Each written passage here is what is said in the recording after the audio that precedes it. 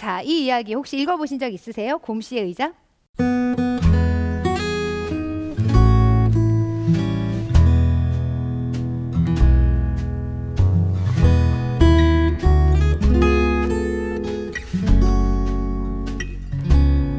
이렇게 작은 그림책이에요. 제가 다 읽어드릴 수는 없고 그냥 그림책 모양만 보여드리려고 가져왔는데요.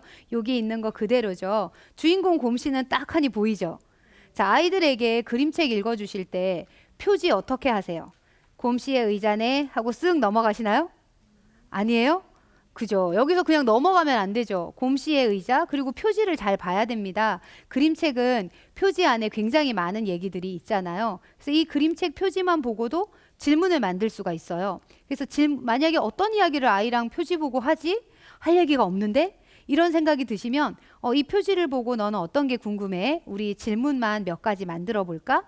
게임하듯이 하면 돼요. 아이들이 질문하라 그랬을 때 가끔 어떤 분들이 우리 애가 질문을 안 하려고 해요. 그런 경우에 아이들 중에는 질문을 하고 나면 답을 해야 될까 봐, 답하라 그럴까 봐 부담스러워서 안 하는 경우도 있거든요. 그래서 제가 초기에 우리 아이들하고 할 때 우리 질문 게임하자. 답은 절대 금지. 답하면 안 돼. 질문만 하는 거야. 그래서 표지 보고도 질문하고 길 가다가 뭐 가로등을 보고도 질문하고 여러 가지 아무거나 주제어를 던져서 질문 게임을 했었어요. 그것처럼 하시면 됩니다. 그럼 이 표지 보고 여러분은 어떤 질문이 떠오르세요? 질문 떠오르시는 거 있으세요? 곰씨는 의자에 앉아서 무엇을 했을까? 그죠? 뭔가 하고 있어요. 멀리서 잘 안 보이시죠? 저 곰씨가 들고 있는 건 책이랍니다. 네. 그러면 곰씨는 앉아서 어떤 책을 읽고 있을까? 이런 질문도 우리가 해볼 수 있겠죠. 저희 둘째는 투명 의자에 앉았을까? 하고 질문했어요. 왜 투명 의자에 앉았을까? 하고 질문했을까요? 보이죠? 네, 의자가 안 보여요. 그러더니 자기 혼자 답하는 거예요. 아, 글자 의자에 앉았나 봐. 혼자 자문자답 다 하는 거죠. 그래서 반칙이야. 질문만 하기로 했는데 했더니 아니 이것도 질문으로 해주세요. 글자 의자에 앉았을까? 이렇게 바꾸는 거예요.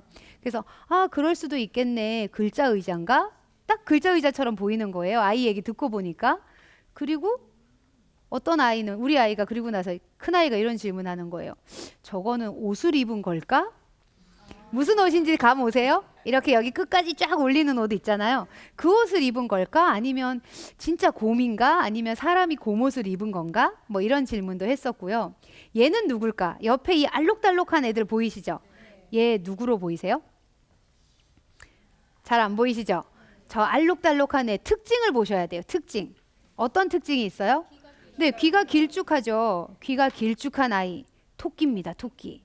이 책의 등장인물은 곰과 토끼예요. 딱 두 등장인물이 나옵니다. 이 곰은 자신의 의자에 앉아서 한가롭게 음악을 듣고 시집을 보고 이런 걸 좋아하는 곰이에요. 그런데 어느 날 탐험가 토끼가 지나가는 거예요. 너무 지친 채로. 그래서 그에게 잠시 친절을 베풀었어요. 여기 잠시 앉아서 쉬어 가시지요. 그랬더니 그가 앉아서 재미있는 탐험 이야기를 들려주는 거죠. 너무 재밌게 들으면서 와 했어요. 그런데 또 다른 토끼 한 마리가 지나가는 거예요. 그래서 그 토끼도 슬픈 거죠. 토끼 마을에서 쫓겨났대요. 너무 깡총깡총 춤을 추어서. 그래서 그 두 토끼가 어떻게 될까요? 급전개가 됩니다. 애들이 읽어주다 보면 허헉해요. 급전개란 뭘까요? 결혼을 합니다. 이 두 토끼가 결혼을 하더니 애를 막 숭풍숭풍 계속 낳아요. 그래서 토끼가 엄청나게, 사실 토끼가 새끼를 되게 많이 낳잖아요. 빨리. 그래서 되게 많은 토끼 아이들이 이제 곰씨의 의자를 점령합니다. 그럼 곰씨는 더 이상 음악을 들을 수 있을까요? 서서히 음악을 들을 시간도, 책을 읽을 시간도, 자신의 시간을 하나도 가질 수가 없게 돼요. 그래서 곰씨가 결단을 내립니다. 얘기해야겠어. 그리고는 하는데 너무 내성적인가요? 말을 못해요. 그리고 날이 흘러요. 그래서 곰씨가 고민하죠. 어떻게 내 의자를 되찾지? 그래서 페인트 칠을 쫙 합니다. 아무도 앉을 수 없음.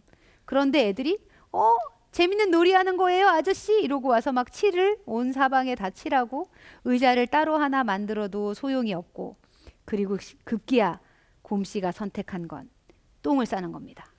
애들이 완전 좋아해요. 이 장면에서 곰씨가 이 벤치 위에다가 똥을 한 번 쌉니다. 아무도 못 앉게. 근데 하늘은 곰씨 편이 아닌가 봐요. 비가 우두두두두 와서 다 없어져 버려요. 그래서 곰씨가 그 비를 다 맞고 슬퍼서 병에 들어요. 토끼 가족이 열심히 간호를 해서 왕쾌가 되고 나서 곰이 펑펑 눈물을 흘리면서 이제서야 얘기합니다. 나 그동안 너무 당신들이 너무 좋고 너무 즐거웠는데 근데 너무 힘들었어요. 이제 내 코가 빨개지면 내가 혼자 있고 싶다는 신호니까 그때는 나를 혼자 있게 내버려 두세요 라고 얘기를 하고 다시 잠에 들면서 이야기가 끝이 나요. 이 이야기가 해피엔딩인 것 같으세요? 해피엔딩인 것 같죠? 자, 이 이야기를 읽고 이제 우리가 질문을 만든 거예요. 저희는 이 그림책을 캠핑 가서 읽었어요. 캠핑 가서 모닥불을 앞에 놓고 이제 온 가족이 동그랗게 모여 앉아서 제가 읽어준 거죠. 그림책을 한 장 한 장 넘겨가고 아빠가 이렇게 후레쉬를 비춰줘 가면서 그렇게 이제 읽고 나서 같이 질문을 만들고 이야기를 했는데 저희는 4인 가족이거든요. 큰아들, 둘째 아들. 근데 아이가 둘이신 집은 아실 거예요. 아이들이 약간 엄마랑 닮은 아이 있고 아빠랑 닮은 아이 있잖아요. 저희 2대2로 쪼개지거든요. 큰아들과 아빠가 같은 종족. 저랑 둘째가 같은 종족.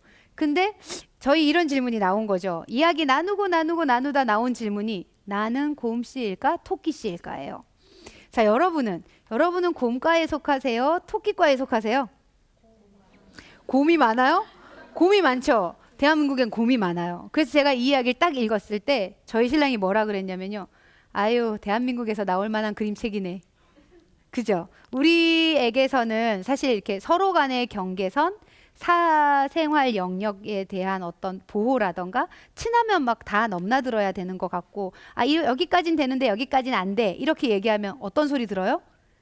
깍쟁이 소리 듣잖아요. 어머 너무 별나 막 이런 얘기 듣잖아요. 그러다 보니까 내가 원하는 걸 명확하게 얘기 못하고. 근데 이게 남과의 일에서만 그럴까요? 가족 간에서도 그럴까요? 가족 간에서도 마찬가지입니다. 제가 이걸 엄마들하고 하부르타 했을 때 이런 질문이 나왔어요. 나는 우리 엄마에게 내가 토끼씨가 아닐까? 친정 엄마에게. 시엄마 아니에요? 친정 엄마에게 내가 토끼씨처럼 이렇게 계속 하는 게 아닐까? 굉장히 성찰적인 질문이죠. 그런 질문을 하면서 이제 빙이 되셔가지고 여러 이야기들을 나누더라고요. 근데 저희는 이 이야기를 처음 했을 때 우리 집은 둘은 곰이고 둘은 토끼야. 이렇게 얘기 나누면서 서로를 이해하는 좋은 계기가 되기도 했습니다.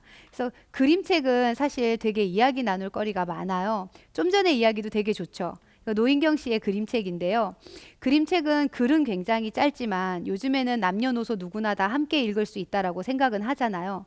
함께 읽으면서 다양한 이야기를 나눌 수 있는 굉장히 철학적이자 최고의 문학 작품이기도 합니다. 저희 가족 같은 경우에 저희는 큰아이랑 둘째 아이가 5살 터울이에요.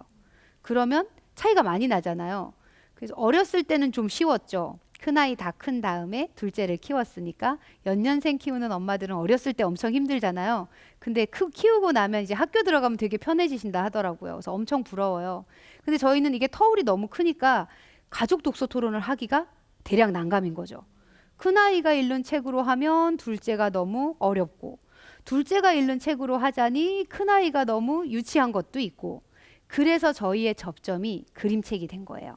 그래서 많은 부분의 가족 독서 토론은 그림책으로 진행을 해요. 이건 어느 가정이나 다 아이 연령에 상관없이 활용하실 수 있는 거라서 제가 오늘 사례로 뭘 들려드릴까 하다가 이 곰씨의 의자를 가지고 온 거고요. 그리고 이제 진짜 재밌는 그림책을 하나 더 소개해 드릴게요.